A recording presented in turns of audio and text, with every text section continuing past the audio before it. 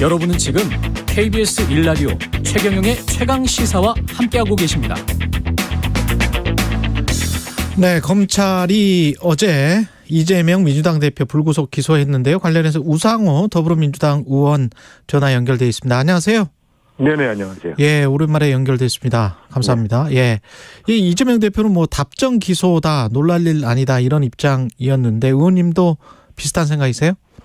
그럼요, 뭐 그 국회로 체포동의안 넘어올 때부터 어떤 형태로든 기소를 하겠구나 이제 이렇게 다들 예상했던 거 아니겠습니까? 예. 이제 막상 기소된 내용을 보니까 그동안 언론에 보도되었던 굉장히 충격적인 그런 의혹들은 다 사라지고 법리 공방만 치열할 수밖에 없는 그런 이제 내용들로 채워져 있더라고요. 그래서 이런 식의 정치적 기소, 묻지마 기소는 좀 이제 앞으로는 좀 더 없어야 되겠다 그런 생각이 들 정도로 핵심 증거가 빠진 그런 기소인 것 같아요.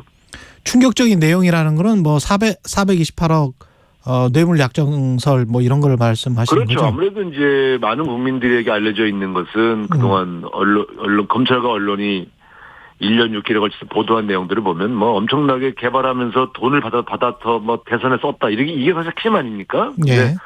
그건 없고 인허가 과정을 왜 이런 식으로 했냐, 왜 개발 이익을 더 환수하지 않았냐, 뭐 이런 내용들로 채워져 있다 보니까 예. 상당히 논쟁적인 얘기입니다. 대표적으로 저는 예. 지금도 이해가 안 가는 게 건설사가 개발을 할 때 혹은 뭐 시행사가 개발을 할 때 얻어질 이익의 70%를 공적으로 환수하지 않았기 때문에 뱀이다. 이렇게 규정한 것은 저는 아무리 봐도 너무너무 자의적이고 무리가 있어요. 이렇게 되면 그동안 이재명 대표가 성남시장 시절부터 지금까지 전국의 모든 지방자치단체가 허가한 개발 사업 중에 70% 이상의 70% 정도의 이익을 환수하지 않은 모든 지방자치단체장은 다 기소가 돼야 되는 그러한 문제가 생기거든요. 그래서 야, 이건 너무 과도하다. 이런 기준이 어디서 나왔나. 법원에서 좀 바로잡아 주시길 바라겠습니다. 민주당은 어제 그 당무위원회를 소집했고 당헌 80조 기소가 됐으니까 당헌 네네. 80조 적용에 관해서 이제 논의를 안 할 수가 없었는데 당헌 80조 적용을 하지 않기로 한 거는 뭐 당연하다 이렇게 지금 생각하시는 것 같네요. 뭐 그것도 예정되어 있었던 것이죠. 왜냐하면 예. 이미 저희 당의 의총에서 이 검찰의 이 수사를 부당한 정치 탄압으로 여러 번 규정을 했었고요. 심지어 당원들 함께 이 검찰 독재에 대한 규탄대회도 여러 번 열었지 않습니까? 예. 그러니까 새로운 얘기는 아니죠. 이미 저희 민주당은 오랫동안 이 검찰의 수사를 무리한 검찰 탄압으로 규정한 지가 오래됐고, 그거 어떻게 보면 어제 그 당무위원회의 의결은 새로운 게 아니고 기존에 여러 차례 당에서 확인한 내용을 절차적으로 확인한 것에 불과하다 이렇게 보시면 될 것 같아요. 근데 그 국민의힘 쪽에서는 불체포 특권 포기 서명을 서로 받고 있고 그러면서 네. 어떤 민주당이 지금 현재 이제 방탄을 하고 있고 그걸 계속 적용을 하면서 본인들이 만든 당원도 지금 제대로 지키지 않고 있다 이렇게 지금 이야기를 하고 있잖아요. 불체포 특권 포기 서명을 갖고 계시면 이제 하영재 의원은 그냥 계속 그럼 구속되겠네요. 예. 네, 그쪽 당 의원도 좀 그렇죠, 국민의힘 그렇죠. 예. 근데 우리한테 또 선처를 호소하고 계시잖아요. 아, 선처를 또 호소하고 계세요?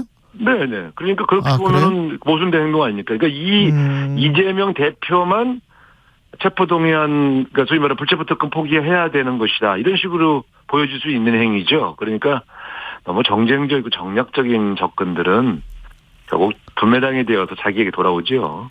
아니 민주당에도 뭐 체포동의안 관련해서 뭐 하영재 의원 이거를 좀 선처를 호소한 거는 팩트입니까? 제가 언론에서 그거를 잘 못 봐서. 보도가 되고 있죠. 아, 그래요? 네. 아, 그런 보도가 되고 있다.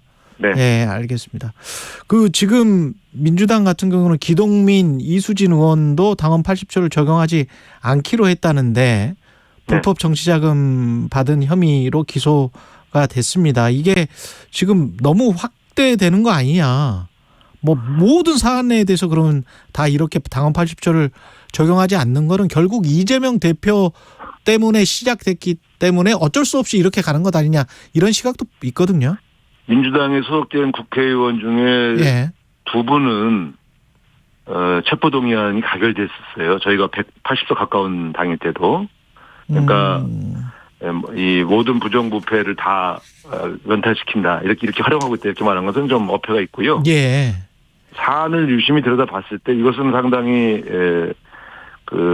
무리하거나 정치 탄압의 요소가 있다고 할 때만 당원 80조 적용을 안 하지 않는 것이거든요. 예. 그러니까 기동민 의원 문제만 하더라도 상당히 이건 다툴 수밖에 없는 사안이다.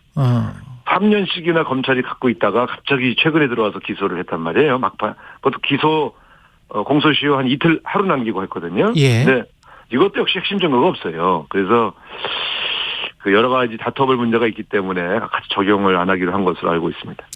비명계 그쪽 성향으로 분류되는 의원들의 분위기는 어떻습니까? 익명으로 나온 언론 통화에서는 어제 당무위가 제2의 유신처럼 되는 것 아닌가 이렇게 비판을 했다고 하는데 익명이니까 뭐 확인은 안 됩니다만은 저는 이제 그런 주장을 하실 분들도 익명으로 하지 말고 예. 사실은 자기 이름을 밝히고 주장하시는 게 좋죠. 정치인들이 왜 자꾸 이름을 숨기고 주장을 하시는지 모르겠어요. 근데 이제 어쨌든 제가 볼 때는 검찰의 탄압이라고 하는 것은 틀림없지 않습니까? 예. 사실. 근데 그런 측면에서 그 탄압에 대한 당원 당규의 조항에 따라 적용한 것은 무리가 없다고 보여지고요. 예. 제가 만나본 상당수의 나눠지겠죠. 아무래도 전원은 아니고 비명계 의원들의 거의 뭐 다수가 검찰 수사는 잘못됐고 이 문제에 대해서는 같이 싸워야 된다는 입장은 변함이 없습니다. 전반적으로는 그렇다. 전반적으로는 제가 다 직접 만나서 얘기 들어본 거니까요. 예, 그래서 어떤 분이 자꾸 그렇게 이 문제에 대해서 자꾸 주장하시는지는 모르겠지만 그건 좀 과도해 보여요. 그러니까 이재명 대표로 내년 총선을 치를 수 있느냐, 과연 지지율이 계속 오를 수 있느냐 하는 거에 대한 불안함을 갖는 것은 제가 걱정할 수 있겠구나 하는 정도까지는 제가 이해할 수 있겠는데, 예.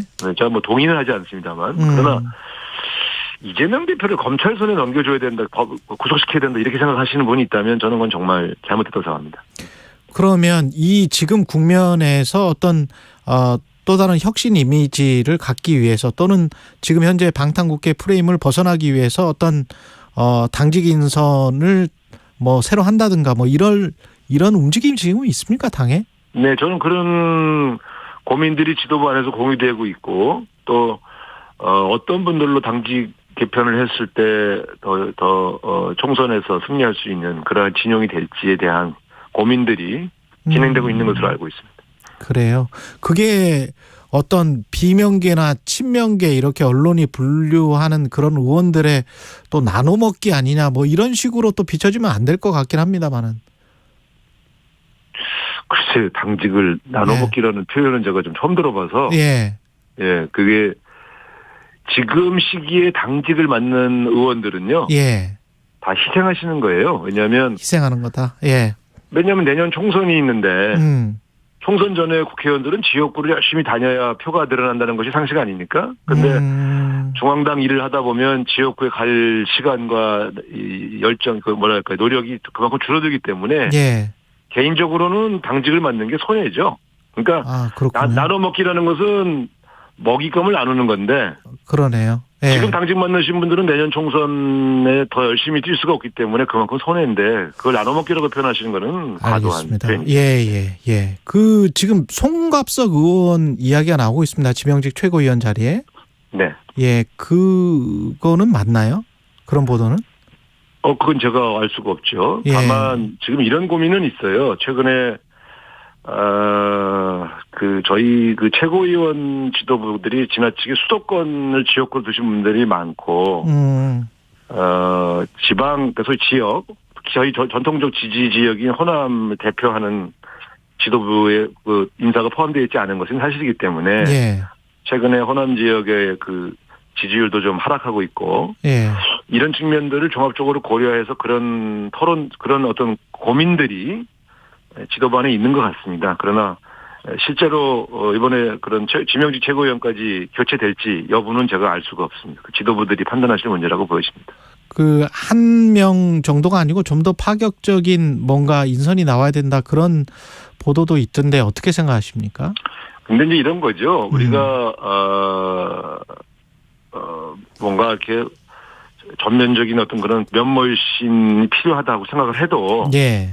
인사라는 건 역시 현실적이지 않겠습니까? 가령 지난번에도 이재명 대표가 전당대회 직후에 당직 개편할 때 같이 일하고 싶었던 동지들 중에서 고사하신 분들이 꽤 많아서 지금의 진용이 된 것도 있거든요. 그런 요소도 있거든요. 예. 그러니까 그런 측면에서 본다면 이번에 과연 얼마나 많은 분들이 계파와 지역을 불문하고 당을 위해서 당직을 맡아주실 건지. 그러니까 대표의 의중이 아무리 좋더라도 실제로 그 대상자가 될 만한 분이 고사하시면 당직 개편의 폭이 줄을 수밖에 없지요. 그런 예. 측면에서 현실적인 문제도 있기 때문에 저는 좀 결과를 좀 지켜보시면 좋겠다 이런 생각이 듭니다.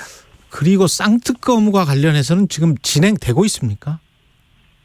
그것은 이제 원내에서 아마 그 국민의힘 지도부하고도 논의 중일 텐데 지금 사실은 이런 문제도 좀 있어요. 지금 여야가 공히 특히 제1당, 제2당이 지금 한 달 안에 원내대표를 교체할 가능성이 높지 않습니까? 예. 선거가 다가오고 있어서 지금 현재 주호영 박홍근 체제에서 계속 대화는 하고 있으나 현실적으로 지금 교체기고 선거 이제 원내대표 선거로 곧 들어가는데 예.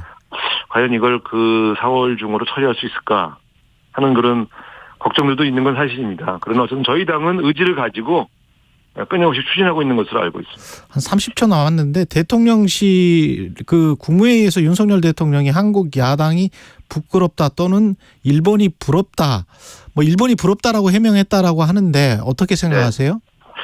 대한민국 국민들 대부분은 윤석열 대통령을 부끄럽게 생각합니다. 이렇게 굴욕적인 회담하고 와서 예. 본인이 오히려 잘했다고 자화자찬하시는 모습.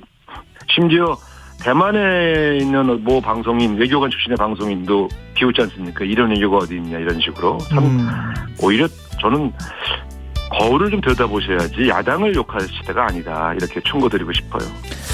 알겠습니다. 여기까지 듣겠습니다. 더불어민주당 우상호 의원이었습니다. 고맙습니다, 의원님. 감사합니다.